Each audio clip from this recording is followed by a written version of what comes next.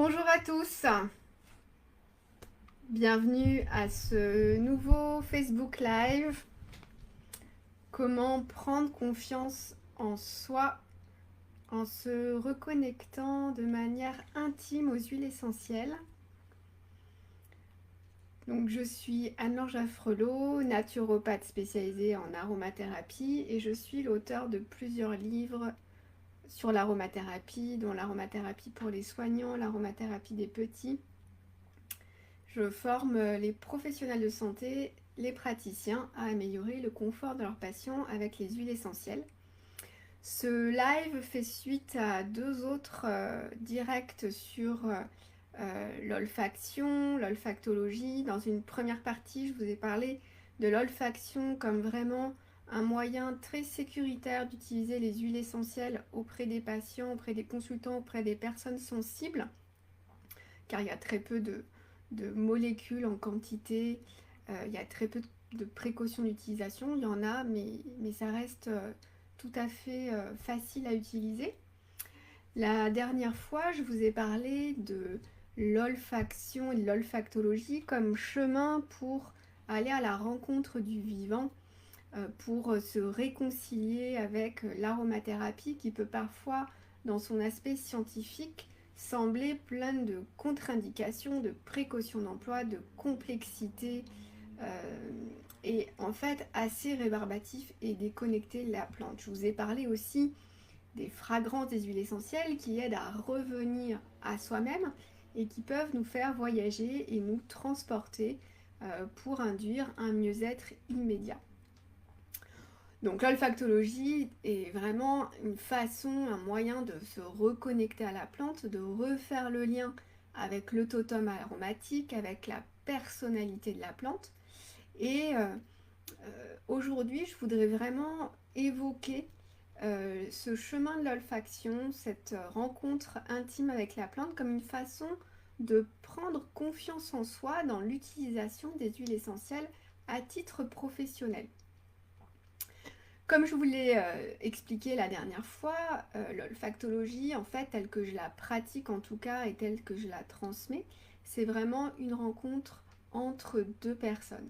C'est une rencontre intime entre les fragrances très volatiles des huiles essentielles qui vont nous envelopper, qui vont pénétrer le nez, qui vont voilà, s'infiltrer un peu partout par les souffles dans le corps. Et ça va être comme une danse parfois en fait entre les souffles. Et de cette rencontre en fait très intime au cœur des muqueuses qui va jusqu'au cerveau, va émerger en fait une certaine compréhension de la plante. En fait, on peut vraiment comprendre quand on est dans cet état de disponibilité pour rencontrer les odeurs et le totem olfactif de la plante. On peut vraiment voir comment elle pousse, dans quel biotope, dans quelles conditions, comment elle circule dans le corps, où est-ce qu'elle agit en priorité, quelles zones s'activent, quels endroits s'apaisent, se dilatent, se rétractent.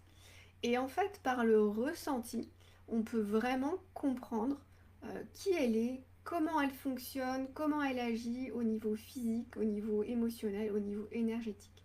Et de cette rencontre intime, on peut vraiment faire le lien avec les connaissances pharmacognostique, avec la biochimie, avec les propriétés que l'on connaît mentalement, et les recouper avec des informations, avec notre propre pratique, avec notre propre expérience.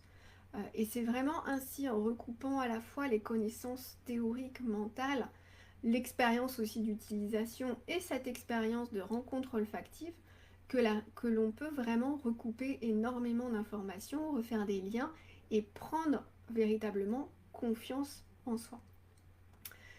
Par exemple, pas plus tard que mardi, on a fait une olfaction avec le groupe d'huile essentielle de titri. Donc le titri, il est très utilisé au quotidien pour les rhumes, pour les mycoses, pour l'herpès, pour tout, tout plein de choses, mais elle est en fait rarement explorée au niveau olfactif. Et en fait, c'est très intéressant comme ça d'aller à la rencontre de plantes que l'on connaît, qu'on a l'impression de bien connaître parce qu'on les utilise très fréquemment, un peu pour les bobos du quotidien. Et en fait, là, c'était vraiment intéressant parce qu'on rencontre la plante, on découvre un côté très dynamisant, très joyeux, très vif, avec une rapidité de mouvement dans le corps.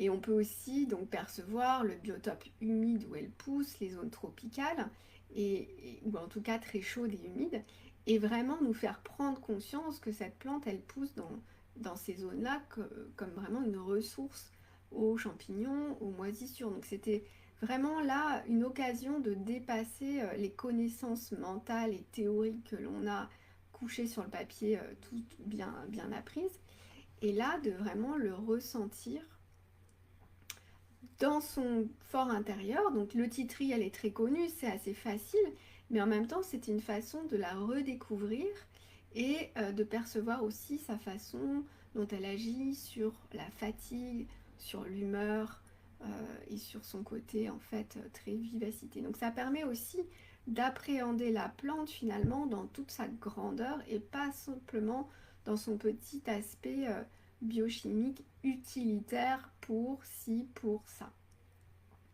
Et quand on arrive comme ça à quand on est comme ça dans ces rencontres avec les huiles essentielles à cet aspect, les huiles essentielles en fait, elles deviennent vraiment des alliés, des partenaires, des amis. Ce n'est plus juste un outil qu'on va utiliser pour telle ou telle pathologie.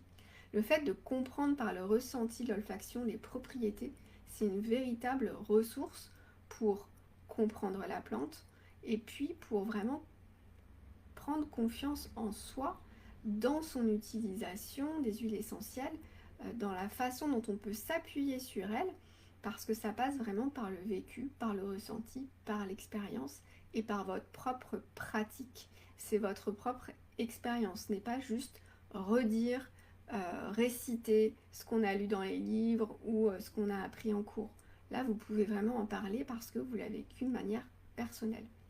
Et c'est à la fois en intégrant les connaissances biochimiques à l'expérimentation, à ses propres essais, ses propres erreurs aussi parfois, et à son propre chemin, en fait, avec les huiles essentielles, que l'on peut vraiment dépasser juste l'application de recettes recopiées, ou bien des hésitations. Souvent on me demande, mais alors comment je fais pour choisir entre telle et telle huile?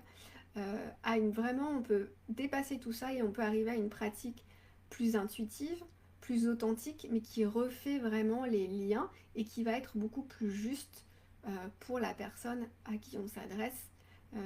Parce qu'en général, quand on est dans cette écoute de la plante ou quand on l'a dans cette compréhension intime, on va découvrir d'autres possibilités d'accompagnement. Ça donne encore plus d'idées pour accompagner ses patients ou animer des ateliers. Et en fait, ce que ça fait, c'est que ça redonne beaucoup plus de joie pour travailler avec les huiles essentielles. C'est très très joyeux.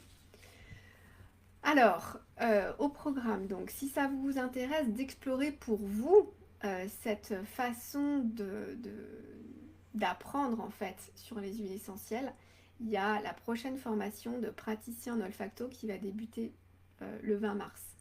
Vous pouvez la prendre cette formation comme un chemin personnel pour vous, pour vraiment nourrir votre pratique des huiles essentielles, comme un soutien. Voilà, en ce moment, l'ambiance est parfois un peu tristoune et ça aide à aller un peu plus loin dans sa compréhension donc, des huiles essentielles, comme je vous disais. Ou bien vous pouvez vraiment, bien sûr, l'utiliser comme un chemin de pratique pour mieux accompagner vos patients, pour apporter plus de confort, pour vous ouvrir plus de possibilités de propositions, d'ateliers dans les entreprises, dans les structures de soins, dans les EHPAD.